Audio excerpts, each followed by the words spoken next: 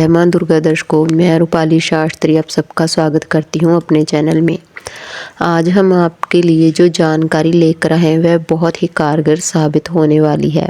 आज की जानकारी में हम आपको बताने जा रहे हैं कि अगर आपको कहीं जाते वक्त शव यात्रा मिल जाए तो क्या वह आपके लिए शुभ है या अशुभ है। शव यात्रा के मिलने पर आपको क्या करना चाहिए जो आपके लिए यह यात्रा देखना शुभ बन जाए। जन्म और मृत्यु एक ऐसे अध्याय हैं जो एक दूसरे के पूर्ण रूप से निर्भर हैं। जैसे जीवन में जो घटता है वह प्रभु परमेश्वर का सत्य रूप है, वैसे ही मृत्यु भी हमारे जीवन का सत्य है। अगर पृथ्वी पर जीवन है तो मृत्यु भी निश्चित है। अंत्येष्टि हमारे जीवन का आखिरी पड़ाव होता है जिसे अंतिम संस्कार का नाम दिया गया है। शव को अग्नि को समर्पित करने से पहले भी अनेकों प्रकार के संस्कार निभाए जाते हैं। आज हम आपको कुछ ऐसे नियमों के बारे में बताएंगे जिनको करना अनिवार्य होता है। इन नियमों को बिना किया गया संस्कार मरने वाले की आत्मा को शांति प्रदान नहीं करता।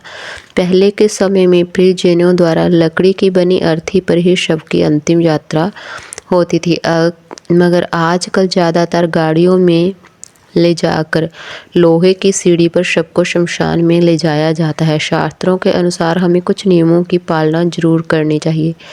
घर का जो सदस्य बड़ी उम्र में जाकर भरा पूरा परिवार नाती पोते छोड़कर जाता है, उसकी शव यात्रा धूमधाम से निकाली जाती है। उसके शव के ऊपर से लोग मखाने, छुआरे, फूल, सिक्के इत्यादि लुटाते हुए चलते हैं। यह परंपरा सदियों से चली आ रही है। बहुत सारे लोग आज भी इस परंपरा को निभाते आ रहे हैं। माना जाता है कि ऐसा करने से उस मृत्यु व्यक्ति की आत्मा हमेशा के लिए तृप्त हो जाती है। वह खुशी खुशी संसार से विदा हो जाता है। उसकी आत्मा कोई भी कष्ट नहीं भोगती है, ना ही वह व्यक्ति अपने परिजनों को कभी कोई कष्ट देता है। जो व्यक्ति किसी ब्राह्मण के शव को कंधा देते हैं वह व्यक्ति सभी प्रकार के पापों से मुक्त हो जाते हैं। शव को लेकर चलने वाला हर एक कदम उनके लिए एक एक यज्ञ के समान पूर्ण प्राप्त होता है। ब्राह्मण की शव यात्रा में जाने से व्यक्ति को अपने किए कर्मों का फल तो प्राप्त होता ही है, मगर उस शव के लिए पुण्य कर्मों का फल भी उसे प्राप्त होता है। इसलिए ब्राह्मण की शव यात्रा में जाना शुभ और पुण्य का कार्य माना जाता है। अगर आपको रास्ते में कहीं भी शव यात्रा मिल जाए तो आप रुककर उस यात्रा को आदर से प्रणाम करें तथा राम नाम का जाप जरूर करें। ऐसा करने से उस आत्मा के साथ जितने अभी शरीर छोड़ा है आपके दुख कष्ट अशुभ लक्षणों को अपने साथ ले जाए और उस इंसान को मुक्ति प्रदान करे।